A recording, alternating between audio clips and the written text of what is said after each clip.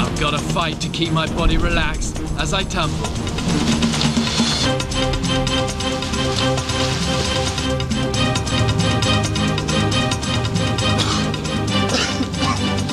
Fair to say, I've landed.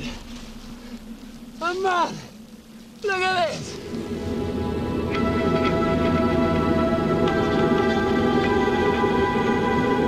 It's the worst cold I've ever experienced.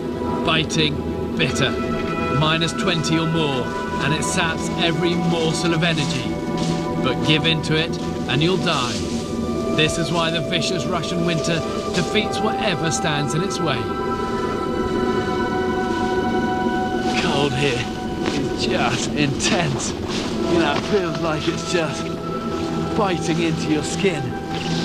And, you know, just a bit of snot from your nose just freezes, you know? And how anybody or anything can live here is just extraordinary. Even the air you breathe is super chilled, and once you get below -40 Fahrenheit, ice crystals form in your lungs and you'll start to cough up blood. Frostbitten lungs are a death sentence.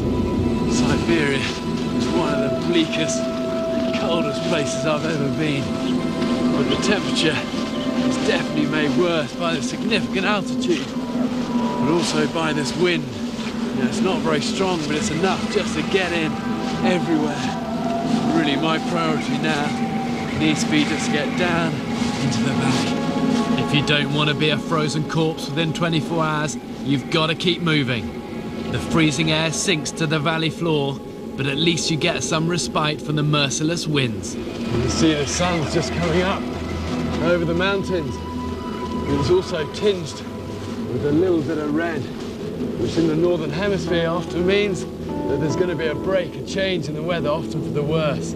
And there's a saying that says, red sky at night, shepherd's delight, red sky in the morning, shepherd's warning. And the reason for that is all of that red is the pollen and the dust held up in the high pressure. So if you see that in the morning, it means the high pressure is already past you. If you see it in the evening, it means the high pressure is coming towards you.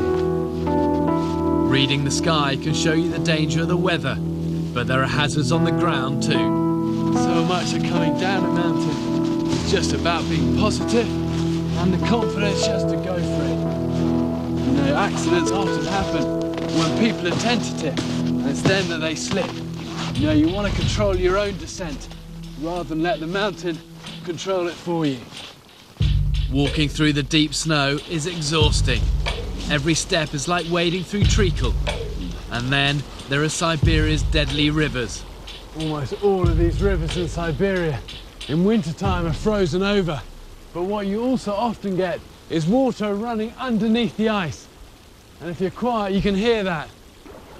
And that's why crossing these rivers is so dangerous. If you go through the ice of this and get taken away under it, you'll never come out of that. But what I can use are just these boulders. They're covered in snow, and you can just hop and jump from one to the other to get across. One slip on these boulders and you're gonna get injured, or you're gonna crash through the ice into the freezing water. And really, this is like a giant game of chess.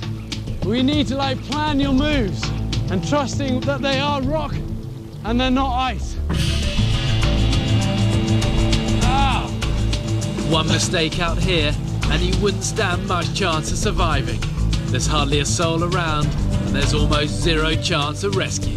I can really hear the water running straight under me here.